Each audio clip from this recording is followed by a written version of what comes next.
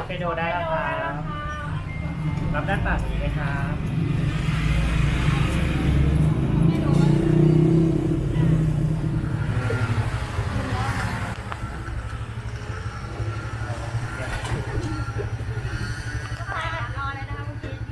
จากโกโก้ก็คนไปป๊าปิดมันเลย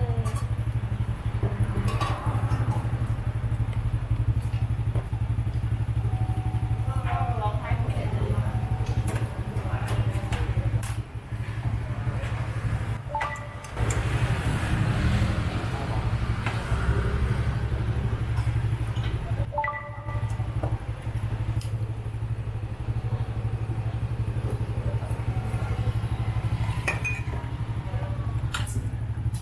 รับตรงปากนี้นะคะ